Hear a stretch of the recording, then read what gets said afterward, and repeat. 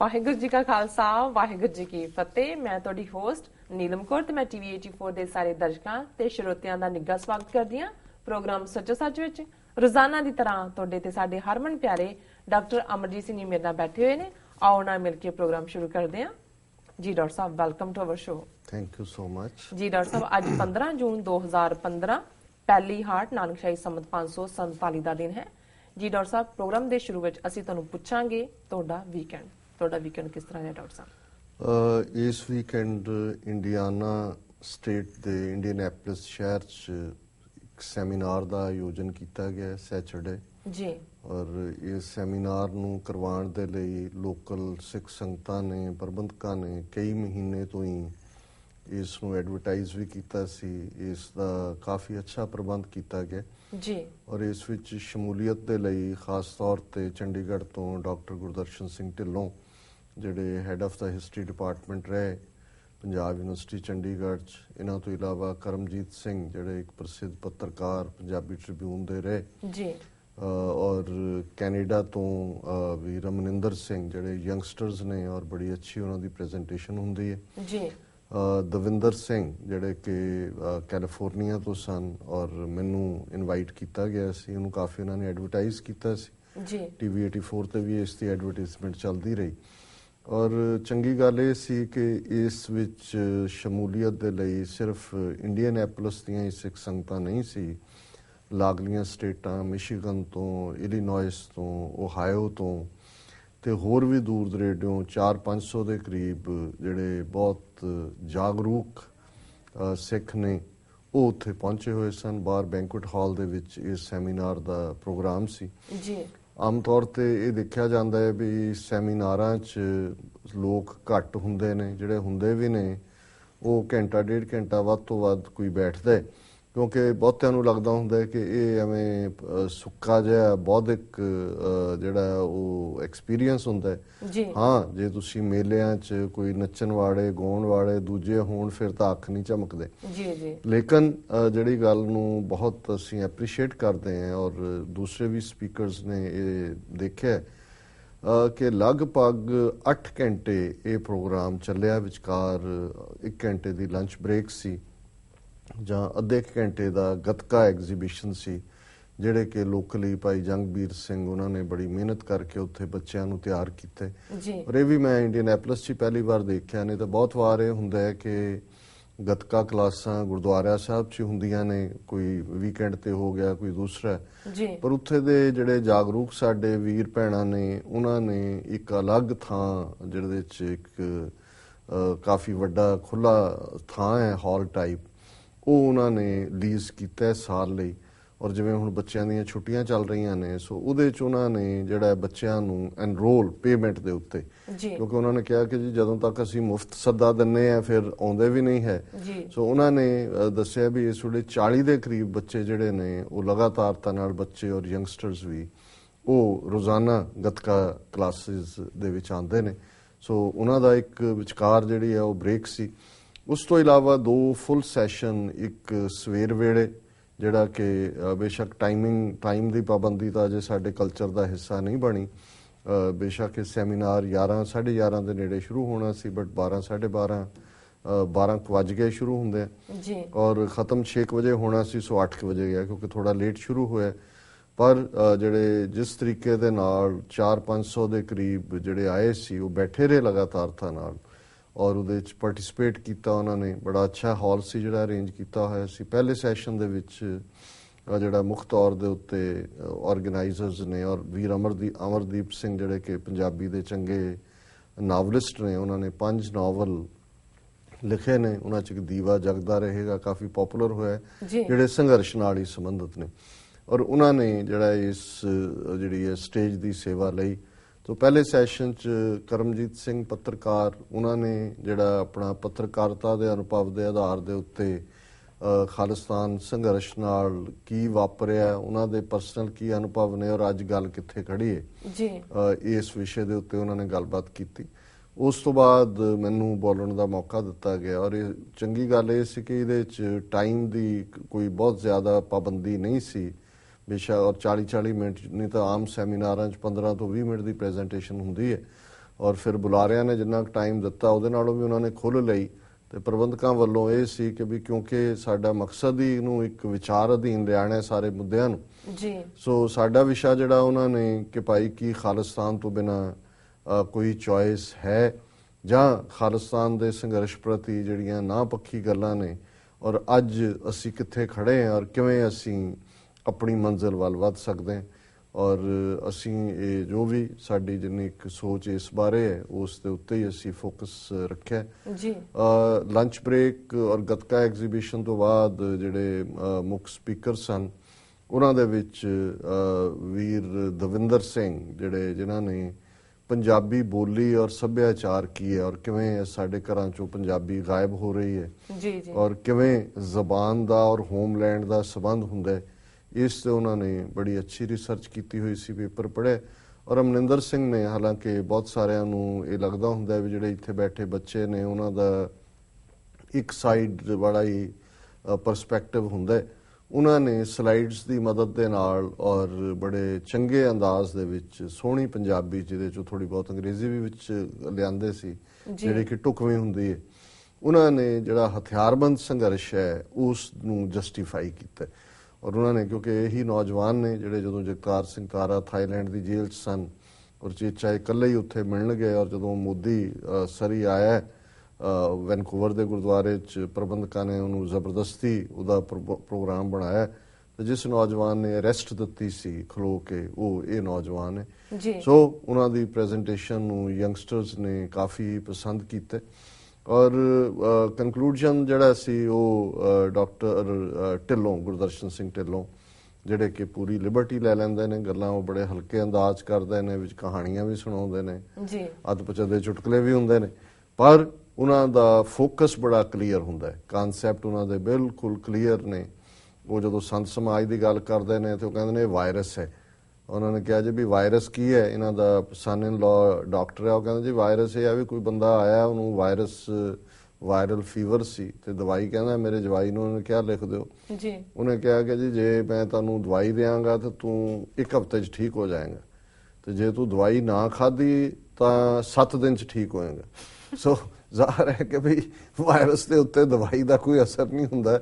ਕਹਿਣਾ ਇਹ ਚਾਹੁੰਦਾ ਸੀ ਵਾਇਰਸ ਇੰਨੀ ਕਿ ਬਰੀਕ ਹੁੰਦੀ ਵੀ ਦਿਸਦੀ ਵੀ ਨਹੀਂ ਤੇ ਵਿੱਚ ਵੜ ਜਾਂਦੀ ਹੈ। ਸੋ ਇਸ ਅੰਦਾਜ਼ 'ਚ ਉਹਨਾਂ ਨੇ ਗੱਲ ਕਰਦੇ ਆ ਅੱਜ ਦੇ ਚੈਲੰਜ। ਉਹਨਾਂ ਦਾ ਵਿਸ਼ਾ ਤਾਂ ਮੁੱਖ ਤੌਰ ਤੇ ਸੀ ਕਿ RSS ਕਿਵੇਂ ਇੱਕ ਵਾਇਰਸ ਹੈ ਜਿਹੜੀ ਸਿੱਖਾਂ ਦੇ ਵਿੱਚ ਵੜੀ ਹੈ ਔਰ ਕਿਵੇਂ ਸੰਤ ਸਮਾਜ ਇੱਕ ਵਹੀਕਲ ਹੈ ਜਿਹੜਾ ਉਸ ਵਾਇਰਸ ਨੂੰ ਵਿੱਚ ਵਾੜਨ ਦੇ ਵਿੱਚ ਜਿਹੜਾ ਹੈ ਉਹ ਕਾਮਯਾਬ ਰਿਹਾ ਇਸ ਕਿਸਮ ਦੇ ਬੀਬੇ ਬਾਣੇ ਪਵਾ ਕੇ।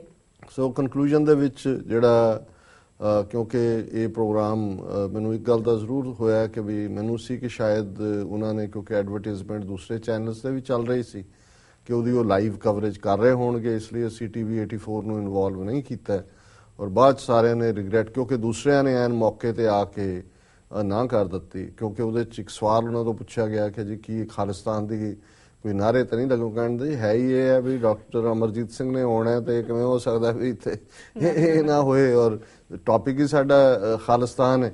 ਸੋ ਉਸ ਤੋਂ ਇਹ ਲੱਗਾ ਕਿ ਵੀ ਜਿਹੜੇ ਮਾਰਕੀਟਿੰਗ ਕਰਨ ਵੇਲੇ ਇਹ ਆਪਣਾ ਪ੍ਰਭਾਵ ਵੀ ਦੇਣ ਦੀ ਕੋਸ਼ਿਸ਼ ਕਰਦੇ ਨੇ ਕਿ ਜੀ ਅਸੀਂ ਸਭ ਕੁਝ ਕਵਰ ਕਰਦੇ ਹਾਂ ਔਰ ਮੀਡੀਆ ਜਿਹੜਾ ਹੈ ਉਹ ਆਜ਼ਾਦ ਹੈ ਕਿਉਂਕਿ ਇਹੋ ਜਿਹਾ ਹੀ ਵਰਤਾਰਾ ਈਵਨ ਸੈਨ ਫਰਾਂਸਿਸਕੋ ਜਿਹੜਾ ਪਿਛਲੇ ਐਤਵਾਰ ਸੀ ਦੇਖਣ 'ਚ ਆਇਆ, ਮੈਨੂੰ ਤਾਂ ਨਹੀਂ ਸੀ ਪਤਾ ਲੇਕਿਨ 2-3 ਸੱਜਣ ਮਿਲੇ ਉਹਨਾਂ ਨੇ ਕਿਹਾ ਜੀ ਅਸੀਂ ਸੈਨ ਫਰਾਂਸਿਸਕੋ ਪੈਰੇਡ ਦੇਖੀ, ਫਰੀडम ਮਾਰਚ ਬੜਾ ਜ਼ਬਰਦਸਤ ਸੀ। ਉਹਨਾਂ ਨੇ ਕਿਹਾ ਜੀ ਤੁਹਾਡੀ ਸਪੀਚ ਦੇ ਪਹਿਲੇ 4-5 ਮਿੰਟ ਹੀ ਦਿੱਤੇ ਫਿਰ ਉਹ ਕੱਟ ਦਿੱਤੀ ਗਈ ਔਰ ਕਿਉਂਕਿ ਅਸੀਂ ਆਲਮੋਸਟ ਉੱਥੇ 25 ਤੋਂ 30 ਮਿੰਟ ਐਡਰੈਸ ਕੀਤੇ। ਸੋ ਜ਼ਾਹਰ ਹੈ ਕਿ ਵੀ ਹਾਂ ਇਹ ਜ਼ਰੂਰ ਸੀ ਕਿ ਵੀ ਇਸ ਪ੍ਰੋਗਰਾਮ ਨੂੰ ਵੌਇਸ ਆਫ ਖਾਲਸਾ ਔਰ ਚੰਦ ਪਰਦੇਸੀ ਇੱਕ ਰੇਡੀਓ ਸ਼ਿਕਾਗੋ ਤੋਂ ਹੈ ਉਹ ਲਾਈਵ ਕਵਰ ਕਰ ਰਹੇ ਸੀ। ਉਸ ਤੋਂ ਬਾਅਦ ਬਹੁਤ ਸਾਰੀਆਂ ਕਾਲਾਂ ਵੀ ਆਈਆਂ ਸਰੋਤਿਆਂ ਦੀਆਂ ਜਿਨ੍ਹਾਂ ਨੇ ਇਸ ਨੂੰ ਦੇਖਿਆ, ਪਰ ਇਹ ਮੈਂ ਸਮਝਦਾ ਕਿ ਵੀ ਬੇਸ਼ੱਕ ਉਹਨਾਂ ਦੀ ਰਿਕਾਰਡਿੰਗ ਉੱਥੇ ਕੀਤੀ ਹੈ ਕਿਸੇ ਨੇ ਪ੍ਰੋਫੈਸ਼ਨਲੀ।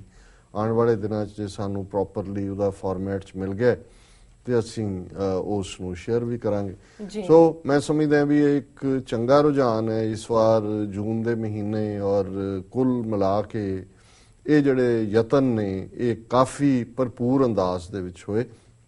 ਔਰ ਦੂਸਰਾ ਪਾਰਟ ਕਿਉਂਕਿ ਅਗਲੇ ਦਿਨ ਐਤਵਾਰ ਸੀ ਔਰ ਇੰਡੀਅਨੈਪੋਲਿਸ ਦੇ ਵਿੱਚ 5 ਗੁਰਦੁਆਰੇ ਨੇ ਡਿਫਰੈਂਟ ਲੋਕੇਸ਼ਨਸ ਦੇ ਵਿੱਚ ਕਿਉਂਕਿ ਇੱਥੋਂ ਈਸਟ ਕੋਸਟ ਤੋਂ ਨਿਊਯਾਰਕ ਤੋਂ ਕਾਫੀ ਜਿਹੜੇ ਐਂਟਰਪ੍ਰਾਈਜ਼ਿੰਗ ਸਪਿਰਿਟ ਵਾਲੇ ਵੀਰ ਮੂਵ ਕੀਤੇ ਨੇ, ਕਾਰੋਬਾਰ ਲਏ ਹੋਏ ਨੇ ਜੀ। ਸੋ ਉਹਨਾਂ ਨੇ ਜਿਹੜੇ 5 ਸਪੀਕਰ ਸੀ ਉਹਨਾਂ ਨੂੰ ਡਿਫਰੈਂਟ ਗੁਰਦੁਆਰੇ ਅਸਾਈਨ ਕੀਤੇ ਸੀ ਕਿ ਅੱਡ-ਅੱਡ ਥਾਂ ਤੇ ਇੱਕ ਜਾਏਗਾ। ਸੋ ਮੈਨੂੰ ਉੱਥੇ ਜਿਹੜਾ ਇੱਕ ਗੁਰਦੁਆਰਾ ਸਾਹਿਬ, ਉਹਦਾ ਮੈਨੂੰ ਨਾਮ ਭੁੱਲ ਗਿਆ, ਫਿਸ਼ਰਸ ਟਾਊਨ ਹੈ, ਉਹਦੇ 'ਚ ਸੰਗਤ ਨਾਲ ਲਗਭਗ 1 ਘੰਟਾ ਵਿਚਾਰ ਕਰਨ ਦਾ ਮੌਕਾ ਮਿਲਿਆ। ਉਹ ਵੀ ਇੱਕ ਬੜਾ ਅੱਛਾ ਰਿਸਪੌਂਸ ਸੀ। ਸੋ ਅਸੀਂ ਸਮਝਦੇ ਹਾਂ ਵੀ ਇੰਡੀਅਨੈਪੋਲਿਸ ਦੀਆਂ ਸਿੱਖ ਸੰਗਤਾਂ ਨੇ ਇੱਕ ਬੜੇ ਚੰਗੇ ਅੰਦਾਜ਼ ਦੇ ਵਿੱਚ, ਔਰ ਫਿਰ ਐਤਵਾਰ ਸ਼ਾਮ ਜਿਹੜੇ ਸਾਡੇ ਹੋਸਟ ਸਨ ਔਰ ਜਿਹੜੇ ਪ੍ਰੋਗਰਾਮ ਦੇ ਵੀ ਹੋਸਟ, ਉਹਨਾਂ ਨੇ ਕਾਫੀ ਕੰਟਰੀਬਿਊਟ ਕੀਤਾ ਵਕਤ ਔਰ ਪੈਸੇ ਜੀ। ਉਹਨਾਂ ਦੇ ਘਰ 'ਚ ਹੀ ਸ਼ਾਮ ਦਾ ਜਿਹੜਾ ਉਹ ਡਿਨਰ ਰੱਖਿਆ ਸੀ, ਔਰ ਬਹੁਤ ਸਾਰੇ ਸਿੰਘ ਜਿਨ੍ਹਾਂ ਦੇ ਵਿੱਚ ਮੇਰਾ ਖਿਆਲ 40-50 ਗਿਣਤੀ 'ਚ ਹੋਣਗੇ ਜਿਹੜੇ ਆਏ, ਖੁੱਲ੍ਹ ਕੇ ਵਿਚਾਰਾਂ ਹੋਈਆਂ ਤੇ ਸਵੇਰ ਆਲਮੋਸਟ 12-1 ਵਜੇ ਤੱਕ ਰਹੇ। ਫਿਰ ਸਾਡੀ ਫਲਾਈਟ ਸੀ ਅਰਲੀ ਆਵਰਸ ਜੀ। 3 ਵਜੇ ਅਸੀਂ ਤਿਆਰੇ ਕਸੇ, 4-4:30 에ਅਰਪੋਰਟ ਤੇ ਜੀ ਤੇ ਦਰਸ਼ਕਾਂ ਦੀ ਕਚਹਿਰੀ 'ਚ ਹਾਜ਼ਰ। ਜੀ ਵੈਲਕਮ ਬੈਕ। ਇਹ ਸਾਡਾ ਵੀਕਐਂਡ ਹੈ। Thank you doctor Sahib. Doctor ਸਾਹਿਬ ਹੁਣ ਸਾਡੇ ਦਰਸ਼ਕਾਂ ਨੂੰ ਦੱਸੋ ਅੱਜ ਦਾ ਕੋਈ ਅਹਿਮ ਮੁੱਦਾ। ਦੇਖੋ ਅੱਜ 2-3 ਇਸ਼ੂਜ਼ ਸਾਹਮਣੇ ਨੇ। ਜ਼ਾਹਰ ਹੈ ਵੀ ਉੱਥੇ ਹੁੰਦਿਆਂ ਵੀ, ਹਾਲਾਂਕਿ ਜਦੋਂ ਮੈਂ ਟਰੈਵਲ ਅਰਾਊਂਡ ਕਰਦਾ ਹਾਂ ਔਰ ਮਿਲਣ ਗਿਲਣ ਵਾਲੇ ਜਾਂ ਗੁਰਦੁਆਰਾ ਸਾਹਿਬ ਦੇ ਪ੍ਰੋਗਰਾਮ ਨੂੰ ਫੋਨ ਤੇ ਮੇਰਾ ਬੰਦ ਹੁੰਦਾ ਜੀ, ਤੇ ਲੇਕਿਨ ਫਿਰ ਵੀ ਮੈਨੂੰ ਫਿਕਰ ਸੀ ਜੰਮੂ ਸ਼ਹੀਦੀ ਜਸਜੀਤ ਸਿੰਘ ਹੋਰਾਂ ਦੇ ਯਾਦ 'ਚ ਜਿਹੜਾ ਭੋਗ ਸਮਾਗਮ ਸੀ ਕਿ ਕਿਵੇਂ ਹੋਏ, ਉਹਨੂੰ ਬਲੌਕ ਨਾ ਕੀਤਾ ਜਾਏ, ਪੀਸਫੁਲੀ ਰਹੇਗਾ ਜਾਂ ਨਹੀਂ, ਜਾਂ ਏਜੰਸੀਆਂ ਉੱਥੇ ਕੀ ਸ਼ਰਾਰਤ ਕਰਨਗੀਆਂ। ਔਰ ਕਿਉਂਕਿ ਉਹਦੇ ਨਾਲ ਲੱਗਦਾ ਹੀ ਇਹ ਵੀ ਸਾਹਮਣੇ ਆ ਗਿਆ ਸੀ ਕਿ ਉਸ ਤੋਂ ਅਗਲੇ ਦਿਨ ਹੀ ਜਾਂ 2 ਦਿਨ ਬਾਅਦ ਸੈਯਦ ਅਲੀ ਸ਼ਾਹ ਗਿਲਾਨੀ ਨੇ ਸ੍ਰੀਨਗਰ ਦੇ ਵਿੱਚ ਵੀ ਮਾਈਨੋਰਟੀਜ਼ ਦੇ ਨੁਮਾਇੰਦਿਆਂ ਦੇ ਨਾਲ ਜਿਹੜਾ ਸਟੇਟ ਫਾਸ਼ਿਜ਼ਮ ਇਨ ਇੰਡੀਆ, ਉਸ ਦੇ ਉੱਤੇ ਸੈਮੀਨਾਰ ਰੱਖਿਆ ਹੋਇਆ ਸੀ, ਜਿਹਦੇ 'ਚ ਦਲ ਖਾਲਸਾ, ਅਕਾਲੀ ਦਲ ਪੰਜ ਪ੍ਰਧਾਨੀ, ਸ਼੍ਰੋਮਣੀ ਅਕਾਲੀ ਦਲ ਅੰਮ੍ਰਿਤਸਰ ਔਰ ਕ੍ਰਿਸਚਨ ਜਥੇਬੰਦੀਆਂ ਦੇ ਨੁਮਾਇੰਦਿਆਂ ਨੇ ਵੀ ਸ਼ਾਮਲ ਹੋਣਾ ਸੀ। ਉਹਨੂੰ ਵੀ ਮੈਂ ਫੋਲੋ ਕਰ ਰਿਹਾ ਸੀ ਜੀ। ਸੋ ਜੰਮੂ ਦੇ ਸ਼ਹੀਦੀ ਸਮਾਗਮ ਦੇ ਹਵਾਲੇ ਨਾਲ ਦਰਸ਼ਕ ਸਕਰੀਨ ਤੇ ਦੇਖ ਵੀ ਸਕਦੇ ਨੇ। ਔਰ ਅੱਜ ਅਸੀਂ ਐਕਸਕਲੂਸਿਵਲੀ ਅੱਧਾ ਘੰਟਾ ਜਿਹੜਾ ਸਰਬਜੀਤ ਸਿੰਘ ਘੁਮਾਣ, ਦਲ ਖਾਲਸਾ ਦੇ ਜਿਹੜੇ ਜਨਰਲ ਸੈਕਟਰੀ ਨੇ, ਜਿਨ੍ਹਾਂ ਨੇ ਇਸ ਫੰਕਸ਼ਨ 'ਚ ਸ਼ਮੂਲੀਅਤ ਕੀਤੀ, ਉਹਨਾਂ ਦੇ ਨਾਲ TV 84 ਨਿਊਜ਼ ਜਿਹੜਾ ਕਿ 9:30 ਤੋਂ 10 ਹੋਏਗਾ, ਉਹਨਾਂ ਦੇ ਨਾਲ ਗੱਲਬਾਤ ਹੋਏਗੀ। ਵੇਰਵੇ ਤਾਂ ਉਹੀ ਦੇਣਗੇ ਫਸਟ ਹੈਂਡ, ਕਿਉਂਕਿ ਉਹ ਮੌਕੇ ਤੇ ਸਨ। ਪਰ ਜਿਹੜੀਆਂ 2-3 ਗੱਲਾਂ ਇਸ ਸਾਰੇ ਚੋਂ ਸਾਡੇ ਨੁਕਤਾ ਨੇ, ਕਿਉਂਕਿ ਇਸ ਸਮਾਗਮ ਨੂੰ ਲੈ ਕੇ ਸਾਨੂੰ ਬਹੁਤ ਸਾਰੇ ਜਿਹੜੀ ਹੈ ਉਹ ਮੇਲ ਵੀ ਆਈ। ਵੀਰ ਸੁਖਵਿੰਦਰ ਸਿੰਘ ਬਾਜਵਾ, ਉਹਨਾਂ ਨੇ ਸਿੱਖ ਚੈਨਲ ਦਾ ਹਵਾਲਾ ਵੀ ਦਿੱਤਾ ਕਿ ਵੀ ਕਿਵੇਂ ਉਸ ਦੇ ਉੱਤੇ ਗੱਲ ਹੋਈ, ਔਰ ਸਿੱਖ ਚੈਨਲ ਨੇ ਵੀ ਇਹ ਸਾਰੇ ਫੰਕਸ਼ਨ ਨੂੰ ਹੀ ਨਹੀਂ, ਇਸ ਤੋਂ ਪਹਿਲਾਂ ਵੀ ਇਸ ਘਟਨਾਕ੍ਰਮ ਨੂੰ ਕਾਫੀ ਚੰਗੀ ਤਰ੍ਹਾਂ ਕਵਰ ਕੀਤਾ ਜੀ। ਸੋ 2-3 ਗੱਲਾਂ ਉੱਭਰ ਕੇ ਆਈਆਂ ਸਾਹਮਣੇ। ਔਰ ਇਹ ਗੱਲ ਈਵਨ ਜਦੋਂ ਅੱਜ ਸਰਬਜੀਤ ਸਿੰਘ ਘੁਮਾਣ ਨਾਲ ਵੀ ਗੱਲ ਹੋ ਰਹੀ ਸੀ ਤਾਂ ਉਹਨਾਂ ਨੇ ਵੀ ਕਿਹਾ ਕਿ ਜੀ ਉੱਥੇ ਜਾ ਕੇ ਇੰਨਾ ਚੜ੍ਹਦੀ ਕਲਾ ਵਾਲੇ ਸਿੰਘਾਂ ਨੂੰ ਔਰ ਸਿੱਖੀ ਸਰੂਪ ਔਰ ਜਿਹੜੀ ਉਹਨਾਂ ਦੀ ਡਿਫਾਈਨਡ ਸਪਿਰਿਟ ਹੈ, ਉਹਨੇ ਕਿਹਾ ਜੀ ਨਸ਼ਾ ਜਿਹਾ ਆ ਗਿਆ। ਜੀ, ਪਹਿਲੀ ਵਾਰ ਇਹ ਮਹਿਸੂਸ ਹੋਇਆ ਵੀ ਅਜੇ ਸਾਡੀ ਗੱਲ ਬੜੀ ਮਜ਼ਬੂਤੀ ਨਾਲ ਖੜੀ। ਜੀ ਜੀ। ਸੋ ਅਸੀਂ ਸਮਝਦੇ ਹਾਂ ਵੀ ਇੰਨੀਆਂ ਚਾਲਾਂ ਔਰ ਇਹ ਸਭ ਦੇ ਬਾਵਜੂਦ ਜਿਵੇਂ ਨੌਜਵਾਨਾਂ ਨੇ ਉਸ ਸਮਾਗਮ ਨੂੰ ਆਰਗੇਨਾਈਜ਼ ਕੀਤਾ, ਹਾਲਾਂਕਿ ਮੇਰੇ ਕੋਲ ਇਨਸਾਈਡ ਸਟੋਰੀ ਵੀ ਹੈ ਕਿ ਕਿਵੇਂ ਪਰਿਵਾਰ ਵਾਲਿਆਂ ਨੂੰ ਤਾਂ ਲਗਭਗ ਵਰਗਲਾ ਲਿਆ ਸੀ।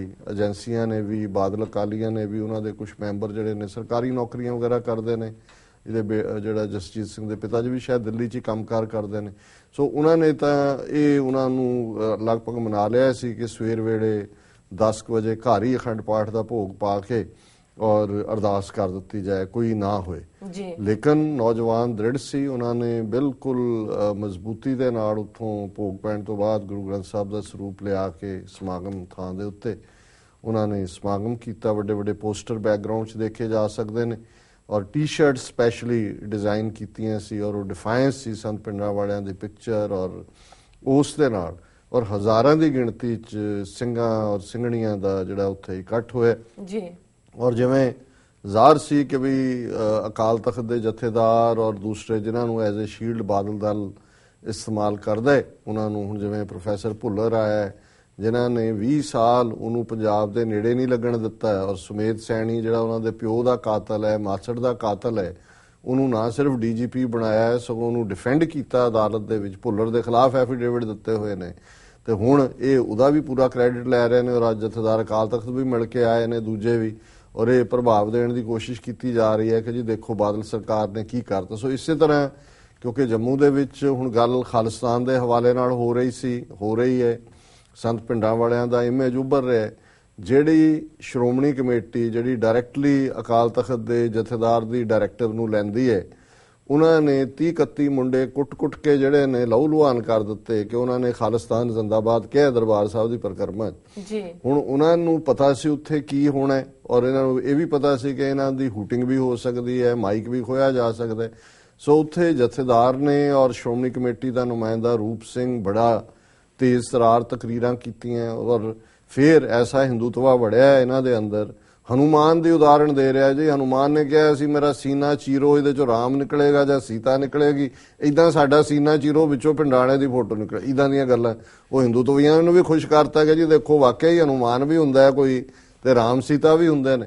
ਹਾਲਾਂਕਿ ਇਸ ਕਿਸਮ ਜਥੇਦਾਰ ਲੈਵਲ ਦੇ ਲੋਕ ਇਸ ਲੈਵਲ ਦੀ, ਪਰ ਮੈਂ ਇਸ ਵੇਲੇ ਉਸ ਪਾਸਿਓਂ ਇਹਨਾਂ ਦੇ ਹਿੰਦੂਤਵਾ ਮਾਈਂਡਸੈਟ ਦੀ ਥਾਂ ਤੇ ਮੈਂ ਇਹ ਦੱਸਣਾ ਚਾਹੁੰਦਾ ਵੀ ਕਿਵੇਂ ਜਿਹਨੂੰ ਕਹਿੰਦੇ ਨੇ ਕਿ ਵੀ ਇਹ ਮੌਕਾ ਪ੍ਰਸਤੀ ਦੀ ਕਿਹੜੀ ਸਿਖਰ ਹੈ ਕਿ ਵੀ ਉਹਨਾਂ ਨੂੰ ਪਤਾ ਹੈ ਉੱਥੇ ਕੀ ਹੈ। ਉਹ ਉੱਥੇ ਭਾਵੁਕਤਾ ਨੂੰ ਕਹਿ ਰਹੇ ਨੇ ਔਰ ਕਹਿ ਰਹੇ ਨੇ ਜੀ ਖਾਲਸਾ, ਰੂਪ ਸਿੰਘ ਵੀ ਕਹਿ ਰਿਹਾ ਜੀ ਖਾਲਿਸਤਾਨ ਦੇ ਨਾਅਰੇ ਜਾਂ ਖਾਲਸਾ ਰਾਜ ਕਰੇਗਾ ਖਾਲਸਾ, ਇਹ ਤਾਂ ਸਾਡਾ ਹੱਕ ਹੈ, ਸਾਨੂੰ ਕੌਣ ਰੋਕ ਸਕਦਾ।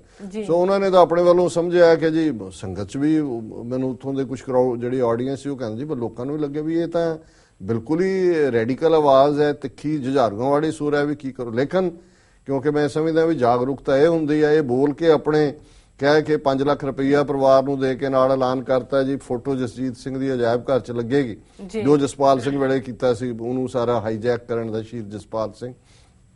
ਉਹ ਜਿਉਂ ਹੀ ਉਤਰਨ ਲੱਗਿਆ ਉਹਨਾਂ ਨੌਜਵਾਨਾਂ ਨੇ ਕਿਹਾ ਜੀ ਹੁਣ ਜਥੇਦਾਰ ਜਰਾ ਸੁਣ ਕੇ ਵੀ ਜਾਓ। ਔਰ ਉਹਨਾਂ ਨੇ ਇੱਕ ਤੇਜ਼ ਤਰਾਰ ਨੌਜਵਾਨ ਜਿਹਨੇ ਆ ਕੇ ਫਿਰ ਇਹਨਾਂ ਦੇ ਪੋਲ ਜਿਹੜੇ ਖੋਲੇ ਸਣੇ ਜਥੇਦਾਰ ਦੇ ਔਰ ਇਹਨਾਂ ਨੂੰ ਇਹ ਕਿਹਾ ਕਿ ਵੀ ਸਾਨੂੰ ਇਹ ਤੁਹਾਡੀਆਂ ਇਸ ਕਿਸਮ ਦੀਆਂ ਇਹ ਮੋਮੋ ਠਗਣੀਆਂ ਦੀ ਲੋੜ ਨਹੀਂ ਹੈ। ਜੇ ਤੁਸੀਂ ਕਰਨਾ ਹੈ ਤੇ ਅਸਲੀ ਕੰਮ ਜਿਹੜਾ ਹੈ ਉਹ ਕੌਮ ਦਾ ਉਹ ਕਰਨ ਵਾਲੇ ਨੇ, ਉਸ ਪਾਸੇ ਆਓ, ਕੌਮੀ ਆਜ਼ਾਦੀ ਦੀ ਗੱਲ ਕਰੋ। ਔਰ ਬਾਦਲ ਦਾ ਜਰਾ ਉਹਨਾਂ ਨੇ ਚੰਗਾ ਉਸ ਦਾ ਉਹਨੂੰ ਐਕਸਪੋਜ਼ ਕੀਤਾ। ਸੋ ਕੁੱਲ ਮਿਲਾ ਕੇ ਅਸੀਂ ਸਮਝਦੇ ਹਾਂ ਕਿ ਵੀ 4 ਚੁਫੇਰੇ ਖਾਲਿਸਤਾਨ ਦੇ ਨਾਰੇ ਵੀ ਗੂੰਜੇ। ਲੇਕਿਨ ਜਿਵੇਂ ਅਗੇਨ ਜਿਸ ਤਰੀਕੇ ਨਾਲ ਇਸ ਸਟੋਰੀ ਨੂੰ ਤੁਸੀਂ ਕੁਝ ਆਪਣੀਆਂ ਵੈਬਸਾਈਟਸ ਤੇ ਦੇਖ ਸਕਦੇ ਹੋ ਜਾਂ ਸਿੱਖ ਚੈਨਲ ਨੇ ਕਵਰ ਕੀਤਾ ਹੈ, ਲੇਕਿਨ ਮੈਂ ਇਨਕਲੂਡਿੰਗ ਅਜੀਤ ਜਾਂ ਈਵਨ ਸਪੋਕਸਮੈਨ ਵਰਗੀ ਅਖਬਾਰ ਦੇ ਵੀ ਜਿਹੜਾ ਕਿ ਅਦਰਵਾਈਜ਼ ਕਲੇਮ ਕਰਦਾ ਜੇ ਕਿ ਅਸੀਂ ਹੈ, ਬਿਲਕੁਲ ਇਸ ਸਟੋਰੀ ਨੂੰ ਤੁਹਾਨੂੰ ਮਿਲਦੀ ਨਹੀਂ ਹੈ ਆਲਮੋਸਟ। ਵੀ ਐਵੇਂ ਛੋਟੀ ਜਿਹੀ ਕਿ ਜੀ ਭੋਗ ਪਿਆ, ਅਰਦਾਸ ਹੋਈ ਔਰ ਜਥੇਦਾਰ ਨੇ ਔਰ ਉਹਨੂੰ ਆ ਕੀਤਾ, ਦੈਟਸ ਆਲ। ਹੁਣ ਇਹ ਹੈ ਜਦੋਂ ਤੁਸੀਂ ਸਟੋਰੀ ਕਿਲ ਕਰਨੀ ਹੈ ਤੁਸੀਂ ਉਹ ਇਹੀ ਰੱਖੋ ਕਿ ਵੀ ਉਹ ਵਾਪਰਿਆ ਹੀ ਨਹੀਂ ਹੈ ਕੁਝ ਜੀ। ਸੋ ਕੁੱਲ ਮਿਲਾ ਕੇ ਅਸੀਂ ਬਾਕੀ ਸਾਡੇ ਦਰਸ਼ਕ ਔਰ ਸਰੋਤੇ ਇਸ ਵੇਰਵੇ ਨੂੰ ਜਿਹੜਾ ਹੈ ਉਹ 9:30 ਤੋਂ 10 ਸੁਣ ਸਕਦੇ ਨੇ ਜੀ। ਜਿਹੜੀਆਂ ਖਬਰਾਂ ਮੈਂ ਕੱਢੀਆਂ ਸੀ ਇਸ ਤੋਂ ਇਲਾਵਾ ਉਹਦੇ ਚ ਇੱਕ ਬੜੀ ਇੰਪੋਰਟੈਂਟ ਗੱਲ ਔਰ ਮੈਨੂੰ ਯਾਦ ਹੈ ਕਿ ਜਦੋਂ ਇੰਡੀਅਨ ਪਾਰਲੀਮੈਂਟ ਤੇ ਅਟੈਕ ਇਹਨਾਂ ਨੇ ਕਰਨ ਦਾ ਕੀਤਾ ਕਿ ਜੀ 9/11 ਇੱਥੇ ਹੋ ਕੇ ਹਟਿਆ ਸੀ ਉਸੇ ਹੀ ਨਵੰਬਰ ਦੇ ਵਿੱਚ ਕਿ ਜੀ ਇਹ ਸਾਡਾ 9/11 ਹੋ ਗਿਆ। ਫਿਰ ਉਸ ਤੋਂ ਬਾਅਦ ਮੁੰਬਈ ਦੇ ਜਿਹੜੇ ਪਾਕਿਸਤਾਨੀ ਖਾਤੇ 'ਚ ਪਾ ਕੇ ਅਜ਼ਮਲ ਕਸਾਬ ਤੇ ਇਹ ਉਹ ਕੀਤੇ ਨੇ। ਅਸੀਂ ਦੋਨਾਂ ਹੀ ਮੌਕਿਆਂ ਤੇ ਹੁਣ ਕਿਉਂਕਿ ਸਮੇਂ ਦੀ ਸੀਮਾ ਅਸੀਂ ਓਰੀਜਨਲ ਆਪਣੀ ਲਿਖਤ ਸਾਂਝੀ ਨਹੀਂ ਕਰ ਸਕਦੇ, ਵੈਬ ਤੇ ਪਈਆਂ ਹੋਈਆਂ ਨੇ ਜੀ। ਅਸੀਂ ਖਾਲਿਸਤਾਨ ਕਾਲਿੰਗ ਜਿਹੜਾ ਕਾਲਮ ਹੁੰਦਾ ਉਹਦੇ 'ਚ ਪਾਰਲੀਮੈਂਟ ਵੇਲੇ ਵੀ ਲਿਖਿਆ ਸੀ ਕਿ ਵੀ ਇਹ ਇਹਨਾਂ ਦਾ ਏਜੰਸੀਆਂ ਦਾ ਆਪਣਾ ਕੰਮ ਹੈ। ਜਿਸ ਤਰੀਕੇ ਹਾਲਾਂਕਿ ਇਹਨਾਂ ਨੇ ਪੁਲਸੀਏ ਮਾਰ ਵੀ ਦਿੱਤੇ, ਸ਼ਹੀਦ ਵੀ ਐਲਾਨ ਦਿੱਤੇ, ਉਹਨਾਂ ਦੇ ਟੱਬਰਾਂ ਨੂੰ ਵੀ ਅਵਾਰਡ ਦੇ ਦਿੱਤੇ, ਲੇਕਿਨ ਜਿਹੜਾ ਸਾਰਾ ਪੈਟਰਨ ਸੀ ਉਹ ਲੱਗਦਾ ਸੀ ਕਿ ਇਹਨਾਂ ਦਾ ਸਟੇਜਡ ਕੰਮ ਹੈ। ਔਰ ਇਹਦਾ ਸਬੂਤ ਹੁਣ ਜਿਹੜੀ ਇੱਕ ਖਬਰ ਜਿਸ ਨੂੰ ਅਗੇਨ ਬਾਰਿੰਗ ਫਿਊ ਪ੍ਰਿੰਟ ਮੀਡੀਆ ਬਾਕੀਆਂ ਨੇ ਅਕੀਲ ਤਾਂ ਇਹ ਬਹੁਤ ਵੱਡਾ ਚਾਰਜ ਹੈ ਕਿ ਭਾਰਤ ਦਾ ਜਿਹੜਾ CBI ਟੀਮ ਜਿਹਨੇ ਹੁਣ ਇਹਨਾਂ 2 ਘਟਨਾਵਾਂ ਤੋਂ ਇਲਾਵਾ ਇੱਕ ਗੁਜਰਾਤ ਦੇ ਵਿੱਚ ਇਸ਼ਰਤ ਜਹਾਨ ਕੇਸ ਜਿਹਦੀ ਬੜੀ ਚਰਚਾ ਰਹੀ ਹੈ, ਜਿਹਦੇ 'ਚ ਕਿਸ ਤਰੀਕੇ ਨਾਲ ਬੇਗੁਨਾਹ 3-4 ਮੁਸਲਮਾਨਾਂ ਨੂੰ ਜਿਹਨਾਂ 'ਚ ਇੱਕ ਬੱਚੀ ਵੀ ਸੀ ਕਾਲਜ ਸਟੂਡੈਂਟ ਉਹਨੂੰ ਮਾਰ ਦਿੱਤਾ ਸੀ ਔਰ ਇਹ ਕਿਹਾ ਸੀ ਜੀ ਕਿ ਲਸ਼ਕਰੇ ਤਾਇਬਾ ਦਾ ਮੋਡਿਊਲ ਸੀ, ਇਹਨਾਂ ਨੇ ਮੋਦੀ ਨੂੰ ਮਾਰਨਾ ਸੀ।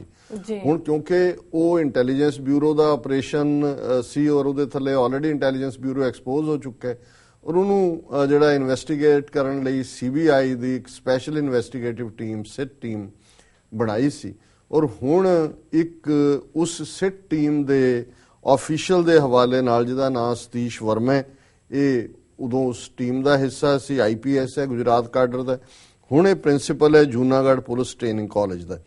ਔਰ ਇਸ ਬਾਰੇ ਇੱਕ ਹੋਰ ਨੇ ਜਿਹੜਾ ਆਫੀਸਰ ਉਹਨੇ ਇਹ ਕਿਹਾ ਕਿ ਜੀ ਉਹਨੇ ਇਹ ਗੱਲ ਕਹੀ ਸੀ ਸਤੀਸ਼ ਵਰਮਾ ਨੇ ਕਿ ਇਹ ਦੋਨੋਂ ਹੀ ਐਕਸ਼ਨ ਪਾਰਲੀਮੈਂਟ ਤੇ ਅਟੈਕ ਵੀ ਔਰ ਬੰਬਈ ਦੇ ਜਿਹੜੇ ਦਹਿਸ਼ਤਗਰਦੀ ਹਮਲੇ ਸੀ ਇਹ ਅਸੀਂ ਕਰਵਾਏ ਸੀ, ਸਾਡੀਆਂ ਇੰਟੈਲੀਜੈਂਸ ਏਜੰਸੀਆਂ ਨੇ ਕਰਾਏ ਸੀ, ਕਿਉਂਕਿ ਜਿਹੜਾ ਪਾਰਲੀਮੈਂਟ ਤੇ ਅਟੈਕ ਤੋਂ ਬਾਅਦ ਜਿਹੜਾ ਲਾਅ ਪਾਸ ਨਹੀਂ ਸੀ ਹੋ ਰਿਹਾ ਪਹਿਲਾਂ, ਪੋਟਾ ਜਿਹਨੂੰ ਕਹਿੰਦੇ ਨੇ, prevention of terrorist activities act, ਕਿ ਵੀ ਉਸ ਤੋਂ ਬਾਅਦ ਉਹ ਕਲੀਅਰ ਹੋ ਗਿਆ ਸੀ, ਨਾਲੇ ਸਾਨੂੰ ਸਿੰਪਥੀ ਦੁਨੀਆ ਦੀ ਮਿਲੀ ਔਰ ਬੰਬਈ ਦੇ ਜਿਹੜੇ ਜਿਹੜੇ ਦਹਿਸ਼ਤਗਰਦੀ ਕਾਰਵਾਈਆਂ ਸੀ ਉਸ ਤੋਂ ਬਾਅਦ ਅਨਲਾਫੁਲ ਐਕਟੀਵਿਟੀਜ਼ ਪ੍ਰੀਵੈਂਸ਼ਨ ਐਕਟ ਜਿਹੜਾ ਅਸੀਂ ਪਾਸ ਕਰਾਇਆ ਸੀ। ਹੁਣ ਇਹਦੇ ਹਵਾਲੇ ਨਾਲ ਹਾਲਾਂ ਖਬਰ ਲੰਬੀ ਚੌੜੀ ਹੈ, ਪਰ ਮੈਂ ਉਹ ਜ਼ਰੂਰ ਇਹ ਸਮਝਦਾ ਵੀ ਇਹ ਬੜੀ ਇੰਪੋਰਟੈਂਟ ਗੱਲ ਹੈ ਕਿ ਇਹਨਾਂ ਦੀਆਂ ਏਜੰਸੀਆਂ ਕਿਸ ਹੱਦ ਤੱਕ ਜਾਂਦੀਆਂ ਨੇ ਔਰ ਇਹਨਾਂ ਦੋਨੇ ਐਕਸ਼ਨਸ ਦੇ ਵਿੱਚ ਕਿੰਨੇ ਇਨੋਸੈਂਟ ਲੋਕ ਮਾਰੇ ਗਏ। ਪਾਰਲੀਮੈਂਟ ਤੇ ਹਮਲੇ ਵੇਲੇ ਉਹਨਾਂ ਦੇ ਆਪਣੇ ਪੁਲਿਸ ਕਾਡਰ ਦੇ ਮਾਰ ਦਿੱਤੇ, ਬੰਬਈ 'ਚ ਤਾਂ ਕਿੰਨੇ ਮਾਰੇ, ਕਿੰਨੇ ਜ਼ਖਮੀ ਹੋਏ ਜੀ। ਔਰ ਇਹਦੀ ਹੈਡਲਾਈਨ ਇਹ ਹੈ, ਟਾਈਮਜ਼ ਆਫ ਇੰਡੀਆ ਦੀ ਖਬਰ ਹੈ, government behind parliament attack, 26/11 Ishrat probe officer. ਹੁਣ ਇਹ 26/11 ਜਿਹੜੇ ਅਟੈਕ ਹੋਇਆ ਬੰਬਈ ਦੇ ਵਿੱਚ ਔਰ ਇਹ ਜਿਹੜਾ ਇਸ਼ਰਤ ਕਾਂਡ ਨੂੰ ਪ੍ਰੋਬ ਕਰ ਰਿਹਾ ਉਸ ਅਫਸਰ ਦਾ ਕਹਿਣਾ ਹੈ, in what is certain to escalate the already vicious fight between the CBI and the IB over the Ishrat Jahan fake encounter case, a former Home Ministry officer has alleged that a member of the CBI SI team had accused incumbent government of orchestrating the terror attack on Parliament and 26/11 carnage in Mumbai. मैं पहले ही जिक्र कर चुका हूं। RVS Money, who as Home Ministry Under Secretary signed the affidavit submitted in court in the alleged encounter case, has said that Satish Verma, until recently a part of the CBI SIT probe team, told him that both the terror attacks were set up with the objective of strengthening the counter-terror legislation. ਇਹ ਸਤੀਸ਼ ਵਰਮੇ ਨੂੰ ਹੀ ਕੋਟ ਕੀਤਾ ਹੈ ਕਿ ਜੀ ਇਹ ਦੋਨੋਂ ਅਸੀਂ law ਪਾਸ ਕਰਵਾਣੇ ਸੀ, parliament ਤੇ ਹਮਲਾ ਕਰਕੇ ਅਸੀਂ ਪੋਟਾ ਪਾਸ ਕਰਵਾ ਲਿਆ, ਦੂਸਰੇ ਤੋਂ ਬਾਅਦ ਅਨਲਾਫੁਲ ਐਕਟੀਵਿਟੀਜ਼ ਪ੍ਰੀਵੈਂਸ਼ਨ ਐਕਟ ਕਰਵਾ ਲਿਆ। Money has said that Verma narrated that 13/12/2001 attack on Parliament was followed by Pota and 26/11/2008 terrorist siege of Mumbai was followed by amendment to the UAPA, which is Unlawful Activities Prevention Act. The official has alleged Verma leveled the damaging charge while debunking IB's inputs, belittling the 3 killed with Ishrat in June 2004 encounter as Lashkar terrorists. ਉਹਨੇ ਕਿਹਾ ਜੀ ਜਿਸ ਤਰ੍ਹਾਂ ਉਹ ਦੋਨੋਂ ਤੁਹਾਡੇ intelligence bureau ਨੇ ਕਰਾਏ ਸੀ ਜੀ, ਉਹੀ ਇਸ਼ਰਤ ਜਹਾਨ ਕੇਸ ਵੀ ਤੁਹਾਡਾ ਹੀ ਕੀਤਾ ਹੋਇਆ ਹੈ। ਔਰ ਉਹਨੇ ਕਿਹਾ ਕੰਟੈਕਟ ਹੁਣ ਵਰਮਾ ਜਿਹਦੇ ਬਾਰੇ ਕਿਹਾ, ਜਿਹਨੇ ਕਿਹਾ ਜੀ ਇਹ ਦੋਨੋਂ ਸਾਡੇ ਕੰਮ ਸੀ। ਹੁਣ ਉਹ ਕਿਉਂਕਿ ਜਿਵੇਂ ਮੈਂ ਕਿਹਾ ਪ੍ਰਿੰਸੀਪਲ ਹੈ ਜੂਨਾਗੜ੍ਹ ਪੁਲਿਸ ਟ੍ਰੇਨਿੰਗ ਕਾਲਜ ਦਾ, ਉਹਨੇ ਬਿਲਕੁਲ ਨਾ ਨਹੀਂ ਕੀਤੀ ਕਿ ਮੈਂ ਨਹੀਂ ਕਿਹਾ। ਉਹਨੂੰ ਜਦੋਂ ਪੁੱਛਿਆ ਉਹਨੇ ਕਿਹਾ I don't know what the complaint is made when and to whom, ਕਿ ਮੈਨੂੰ ਨਹੀਂ ਪਤਾ ਹੈ ਵੀ ਇਹ ਕਦੋਂ ਇਹ ਸ਼ਿਕਾਇਤ ਕਿੱਧਰ ਨੂੰ ਜਾਏਗੀ। Nor I am interested in the knowing, ਨਾ ਹੀ ਮੈਂ ਜਾਣਨਾ ਚਾਹੁੰਦਾ ਇਸ ਬਾਰੇ। I cannot speak to the media on such matters. ਮੈਂ ਇਦਾਂ ਦੀਆਂ ਗੱਲਾਂ ਮੀਡੀਆ ਨਾਲ ਨਹੀਂ ਕਰਨਾ ਚਾਹੁੰਦਾ। Ask the CBI, ਉਹਨੇ ਕਿਹਾ CBI ਨੂੰ ਪੁੱਛੋ। ਹੁਣ ਜ਼ਾਹਰ ਹੈ ਕਿ ਉਹਨੇ ਡਿਨਾਈ ਨਹੀਂ ਕੀਤਾ ਹੈ। ਸੋ ਇਹ ਅਸੀਂ ਸਮਝਦੇ ਹਾਂ ਕਿ ਵੀ ਇਹ ਜਿਹੜਾ ਜਿਸ ਕਿਸਮ ਦਾ ਅੰਦਾਜ਼ ਜਦੋਂ ਅਸੀਂ 에ਅਰ ਇੰਡੀਆ ਦੇ ਹਵਾਲੇ ਨਾਲ ਕਹਿੰਦੇ ਹਾਂ ਕਿ ਵੀ ਇਹ ਜਿਹੜਾ ਜਹਾਜ਼ ਹੈ ਇਹ ਰਾਹ ਦੀ ਕਾਰਸਤਾਨੀ ਸੀ, ਕਿਵੇਂ ਉਹਨਾਂ ਨੇ ਸਿੱਖਾਂ ਦੇ ਖਾਤੇ 'ਚ ਪਾਇਆ। ਪਰ ਹੁਣ ਕਿਹੜਾ ਬੰਦਾ ਇਹ ਸੋਚੇਗਾ ਜਿਹੜਾ ਬਿਲਕੁਲ ਡਿਸਪੈਸ਼ਨੇਟਲੀ ਵੀ ਸੋਚਦਾ ਕਿ ਵੀ ਆਪਣੀ ਪਾਰਲੀਮੈਂਟ ਤੇ ਅਟੈਕ ਕਰਵਾ ਕੇ ਆਪਣੇ ਹੀ ਪੁਲਿਸ ਆਫੀਸਰਸ ਨੂੰ ਮਾਰਨਾ ਔਰ ਇੰਨਾ ਰੌਲਾ ਔਰ ਦੂਜਿਆਂ ਨੂੰ 4-5 ਮਾਰ ਦੇਣਾ ਕਿ ਜੀ ਇਹ ਅਟੈਕਰ ਸੀ ਜੀ। ਔਰ ਜੋ ਮੁੰਬਈ ਦਾ ਦਹਿਸ਼ਤਗਰਦ ਹਮਲਾ ਸੀ ਤਾਜ ਹੋਟਲ ਦੇ ਉੱਤੇ, ਕਿੰਨਾ ਡੈਮੇਜ ਹੋਇਆ, ਉਹਦੇ 'ਚ ਇਵਨ ਅਮਰੀਕਨ ਸਿਟੀਜ਼ਨ ਮਰੇ, ਕੈਨੇਡਾ ਦਾ ਸੀ, ਫਰਾਂਸ ਦਾ ਸੀ, ਔਰ ਇਹ ਉਹਨਾਂ ਦਾ ਆਫੀਸਰ ਕਹਿ ਰਿਹਾ ਕਿ ਦੋਨੋਂ ਹੀ ਆਪਰੇਸ਼ਨ ਜਿਹੜੇ ਨੇ ਉਹ ਸਾਡੇ ਸੀ। ਸੋ ਹੁਣ ਜਿਹੜਾ ਇਸ ਤੋਂ ਤੁਸੀਂ ਅੰਦਾਜ਼ਾ ਲਾ ਲਓ ਕਿ ਇਹ ਜਿਹੜੀ ਭਾਰਤ ਦੀਆਂ ਏਜੰਸੀਆਂ ਨੇ ਉਹ ਕਿਸ ਹੱਦ ਤੱਕ ਜਾ ਕੇ ਖੇਡ ਰਹੀਆਂ ਨੇ। ਔਰ ਇੱਕ ਕੁਇਕਲੀ ਮੈਂ ਜਿਹੜਾ ਅੱਜ ਕੱਲ ਜਿਸ ਕਾਂਡ ਨੂੰ ਮੋਦੀ ਗੇਟ ਕਿਹਾ ਜਾ ਰਿਹਾ, ਇਹ ਪਹਿਲਾ ਸਕੈਂਡਲ ਵੱਡੇ ਪੈਮਾਨੇ ਦਾ ਮੋਦੀ ਸਰਕਾਰ ਦਾ ਸਾਹਮਣੇ ਆਇਆ ਹੈ। ਔਰ ਉਸ 'ਚ ਜਿਹੜੀ ਹੈ ਕਾਬੂ ਵੀ ਜਿਹੜੀ ਹੈ ਸੁਸ਼ਮਾ ਸਵਰਾਜ ਜਿਹੜੀ ਫੋਰਨ ਮਿਨਿਸਟਰ ਆਈ, ਔਰ ਬਹੁਤਿਆਂ ਨੂੰ ਸ਼ਾਇਦ ਯਾਦ ਹੋਏਗਾ ਕਿਉਂਕਿ ਮੇਰਾ ਤਾਂ ਕ੍ਰਿਕਟ 'ਚ ਇੰਟਰਸਟ ਨਹੀਂ ਹੈ। ਤੁਹਾਨੂੰ ਜ਼ਰੂਰ ਯਾਦ ਹੋਣਾ ਕਿ ਇੱਕ ਲਲਿਤ ਮੋਦੀ ਨਾਂ ਦਾ ਇੰਡੀਅਨ ਪ੍ਰੀਮੀਅਰ ਲੀਗ ਹੈ ਜਿਹੜੀ ਮੈਚ ਆਰਗੇਨਾਈਜ਼ ਕਰਦੀ ਹੈ, 2020 ਬੜੇ ਐਂਟਰਟੇਨਮੈਂਟ ਦਾ ਹੁੰਦਾ ਹੈ। ਜੀ ਸੋ ਇਹ ਜਿਹੜਾ ਲਲਿਤ ਮੋਦੀ ਬੜਾ ਵੱਡਾ ਸ਼ੋਮੈਨ ਰਿਹਾ ਔਰ ਇਹਨੇ ਜਿਹੜਾ ਉਹ ਇਹ ਸਾਰੇ ਦਾ ਉਹ ਇੰਚਾਰਜ ਸੀ। ਔਰ ਬਾਅਦ ਦੇ ਵਿੱਚ 2013 ਦੇ ਵਿੱਚ ਇਹ ਸਾਹਮਣੇ ਆਇਆ ਜਿਹਦੇ ਚ ਐਨਫੋਰਸਮੈਂਟ ਡਾਇਰੈਕਟੋਰੇਟ ਨੇ ਔਰ ਇਨਕਮ ਟੈਕਸ ਡਿਪਾਰਟਮੈਂਟ ਨੇ ਔਰ ਜਿਹੜਾ ਉਹਨਾਂ ਦਾ ਲਾਅ ਹੈ ਫੈਮਾ ਜੀ, ਉਹਨਾਂ ਨੇ ਦੇਖਿਆ ਕਿ ਵੀ ਇਹ ਤਾਂ ਕਈ 100 ਕਰੋੜ 700 ਕਰੋੜ ਦੀ ਇਹਨੇ ਜਿਹੜੀ ਹੈ ਮਨੀ ਲਾਂਡਰਿੰਗ ਕੀਤੀ ਹੈ ਔਰ ਟੋਟਲੀ ਕਰਪਟ। ਔਰ ਉਹਨਾਂ ਨੇ ਜਦੋਂ ਇਹ ਸਾਰੀ ਕਾਰਵਾਈ ਸ਼ੁਰੂ ਕੀਤੀ ਤੇ ਉਹ ਦੌੜ ਕੇ ਇੰਗਲੈਂਡ ਚਲਾ ਗਿਆ, ਇੰਗਲੈਂਡ ਬਹਿ ਗਿਆ ਜਾ ਕੇ। ਹੁਣ ਇਹ ਲਲਿਤ ਮੋਦੀ ਜਿਹੜਾ ਇੰਗਲੈਂਡ ਬੈਠਾ ਹੈ ਉਸ ਤੋਂ ਬਾਅਦ ਦੀ ਮਤਲਬ ਇਹ ਗੱਲ 2013 ਦੀ 2 ਸਾਲ ਤੋਂ ਹੈ। ਔਰ ਉਸ ਵੇਲੇ ਜਿਹੜਾ ਉਹਨਾਂ ਦਾ ਮਿਨਿਸਟਰ ਸੀ ਫਾਈਨੈਂਸ ਮਿਨਿਸਟਰ ਚਿਦੰਬਰਮ ਜੀ, ਔਰ ਬਾਅਦ ਚ ਉਹ ਦੂਸਰਾ ਮੰਤਰੀ ਵੀ ਰਿਹਾ, ਉਹਨਾਂ ਨੇ ਇੰਡੀਅਨ ਗਵਰਨਮੈਂਟ ਨੂੰ ਇੰਗਲੈਂਡ ਗਵਰਨਮੈਂਟ ਨੂੰ 2 ਵਾਰ ਰਿਕੁਐਸਟ ਕੀਤੀ ਕਿ ਵੀ ਇਹਨੂੰ ਸਾਡੇ ਹਵਾਲੇ ਕਰੋ ਕਿਉਂਕਿ ਇਹ 700 ਕਰੋੜ ਦੀ ਮਨੀ ਲਾਂਡਰਿੰਗ ਚ ਲੜਿੰਦਾ ਹੈ। ਲੇਕਿਨ ਉਹਨਾਂ ਨੇ ਉਹਦਾ ਕੈਂਸਲ ਤਾਂ ਕਰ ਦਿੱਤਾ ਪਾਸਪੋਰਟ ਕਿ ਵੀ ਟਰੈਵਲ ਨਹੀਂ ਕਰ ਸਕਦਾ ਉਹ, ਹੁਣ ਉੱਥੇ ਬੈਠਾ। ਹੁਣ ਜਿਹੜਾ ਵੱਡਾ ਸਕੈਂਡਲ ਜਿਹਦੇ ਤੋਂ ਇਹ ਨਜ਼ਰ ਆਉਂਦਾ ਹੈ ਵੀ ਕਿੱਥੇ ਮੋਦੀ ਐਂਡ ਕੰਪਨੀ ਇਹਨਾਂ ਨੇ ਲੋਕਾਂ ਨੂੰ ਉੱਲੂ ਬਣਾਇਆ ਕਿ ਜੀ ਅਸੀਂ ਉੱਥੋਂ ਸਵਿਸ ਬੈਂਕਾਂ ਚੋਂ ਕਾਲਾ ਧਨ ਲਿਆਵਾਂਗੇ, ਅਸੀਂ ਹਰ ਇੱਕ ਦੇ ਅਕਾਊਂਟ 'ਚ ਇੰਨੇ 1000 ਰੁਪਈਆ ਹੋਏਗਾ ਅਸੀਂ ਫੜਾਂਗੇ। ਕਿ ਇਹ ਕਿਵੇਂ ਕਾਲੇ ਧਨ ਵਾਲਿਆਂ ਨੂੰ ਸਿਰਫ ਪ੍ਰੋਟੈਕਟ ਹੀ ਨਹੀਂ ਕਰ ਰਹੇ, ਇਹ ਤਾਂ ਪੈਟਰਨਾਈਜ਼ ਕਰ ਰਹੇ ਨੇ ਜੀ। ਔਰ ਇਹ ਸਾਹਮਣੇ ਆਇਆ ਕਿ ਇਹਨੇ ਸੁਸ਼ਮਾ ਸਵਰਾਜ ਨੇ ਇਹਦੀ ਹੁਣ ਜਿਹੜਾ ਲਲਿਤ ਮੋਦੀ ਦੀ ਘਰ ਵਾਲੀ ਇਹਨਾਂ ਦੇ ਕਹਿਣ ਮੁਤਾਬਕ ਪਤਾ ਨਹੀਂ ਕਿੰਨਾ ਝੂਠ ਬੋਲਦੇ ਨੇ, ਕੈਂਸਰ ਦੀ ਮਰੀਜ਼ ਹੈ ਤੇ ਉਹ ਟ੍ਰੀਟਮੈਂਟ ਲਈ ਜੀ ਪੁਰਤਗਾਲ ਗਈ ਹੈ। ਹੁਣ ਪੁਰਤਗਾਲ ਕੋਈ ਜਿਹੜਾ ਉਹ ਬੋਸਟਨ ਹੈ ਜਾਂ ਕੋਈ ਜੌਨ ਹੌਪਕਿੰਸ ਹੈ ਜਾਂ ਸੀਐਟਲ ਦਾ ਕੋਈ ਹਸਪੀਟਲ ਹੈ, ਸਿਰਫ ਇਸ ਲਈ ਕਿ ਪੁਰਤਗਾਲ ਬਹੁਤਿਆਂ ਨੂੰ ਯਾਦ ਹੋਏਗਾ ਉਹ ਐਬੂ ਸੈਲਮ ਹੋਏ ਤੇ ਇੱਕ ਕਿਹੜੀ ਉੱਥੋਂ ਦੀ ਹੁਸ਼ਿਆਰਪੁਰ ਦੀ ਸੀ ਕੁੜੀ ਪਤਾ ਨਹੀਂ ਜਿਹੜੀ ਉੱਥੇ ਜਾ ਕੇ ਮੋਨਿਕਾ ਉੱਥੇ ਲੁਕੇ ਹੋਏ ਸੀ। ਉਹ ਸਾਰਾ ਇਹਨਾਂ ਜਿਹੜੇ ਭਗੌੜੇ ਨੇ ਉਹਨਾਂ ਦਾ ਡੈਨ ਹੈ, ਉੱਥੋਂ ਉਹ ਨਿਕਲਦੇ ਨਹੀਂ ਹੈ। ਸੋ ਉੱਥੇ ਇਹਨੇ ਵੀ ਜਾਣਾ ਹੋਣਾ ਕਿਉਂਕਿ ਇੰਗਲੈਂਡ 'ਚ ਫਸਿਆ ਹੋਇਆ, ਮਨੀ ਲਾਂਡਰਿੰਗ ਚੱਲ ਨਹੀਂ ਰਹੀ ਹੋਣੀ। ਹੁਣ ਇਹ ਹੋਇਆ ਕਿ ਜੀ ਉਹ ਕੈਂਸਰ ਦੀ ਮਰੀਜ਼ ਹੈ, ਇਲਾਜ ਲਈ ਜੀ ਪੁਰਤਗਾਲ ਜਾਣਾ। ਹੁਣ ਸੁਸ਼ਮਾ ਸਵਰਾਜ ਨੇ ਇੰਗਲੈਂਡ ਦੀ ਗਵਰਨਮੈਂਟ ਨੂੰ, ਕੰਸਰਨਡ ਮਿਨਿਸਟਰੀ ਨੂੰ ਔਰ ਉਹਨਾਂ ਦੇ ਮੈਂਬਰ ਪਾਰਲੀਮੈਂਟ ਨੂੰ, ਇਹ ਤਾਂ ਉਹਨਾਂ ਨੇ ਭੇਦ ਖੋਲਿਆ ਇੰਗਲੈਂਡ ਵਾਲਿਆਂ ਨੇ ਕਿ ਜੀ ਸਾਨੂੰ ਉਹਨੇ ਕਿਹਾ ਕਿ ਵੀ ਲਲਿਤ ਮੋਦੀ ਨੂੰ ਤੁਸੀਂ ਡਾਕੂਮੈਂਟ ਇਸ਼ੂ ਕਰੋ ਕਿ ਉਹ ਪੁਰਤਗਾਲ ਜਾ ਸਕੇ, ਕਿ ਜੀ ਘਰ ਵਾਲੀ ਉਹਦੀ ਬਿਮਾਰ ਹੈ ਉਹਦੇ ਲਈ ਜਾ।